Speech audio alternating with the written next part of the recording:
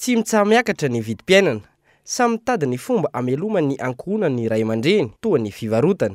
Raha ny zava-misy ety Analakely sy ny manodidina nefa hatramin'ny 2 ora tolakandro tsy mahalafo ireo mpivarotra. Eo ihany koa ireo manararaotra ny vanim-potoana ny fialan-tsasatra, mitondra ireo kilalao isan-karazany entina ampialana volin'ny ankizy, saingy faty antoka no hitan'ireo mpampilalao. Zay zao avy any Ambohidrapeto mitondra n'ito manèzy ito, transport n'ity tsy latsaka 2 millions. Ny fa ny zavatra eto 5 millions mandrapatapitra ny fety. Nefa n'izao zao rareo manao ny zavatra ataon'io tsy misy zavatra vanana satria ny olona hainareo ihany ity kilalao. Ny olona kosa aloha tsy tondra ny zanany hivoaka ho faty aty satria kilalao ty izy hoe dia aty efa henony hoe misy grève dia mbola hoentiny aty ihany ny zanany na dia zaza tsy tia narany.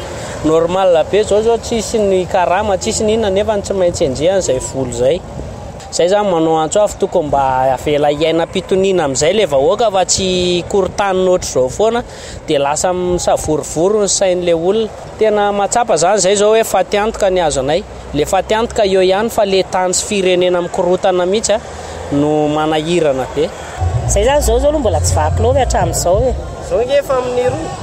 Tena efa amin'ny roa fa tena tsy mety aminay mihitsy ilay. Mba teny andry zareo maninona aloha raha mba mianjy mianjy ny tena normal sy tena hoe ofisialy amin'ilay izy zany.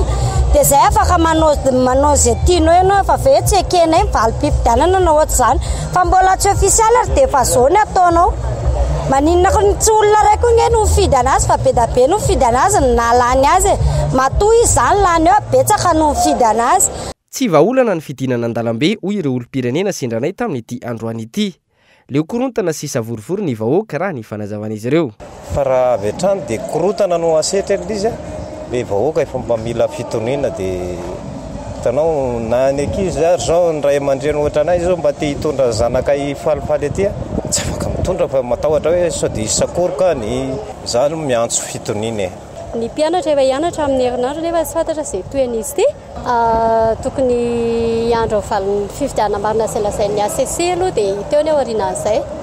Matahotra ny tsy ho lasa ve zany le ololeto sa ahoana dia zay mahatonga azy ohatrany manao ny zavatra io tsy avahan'ny olona mikaroka ihany aloha ngam'izao.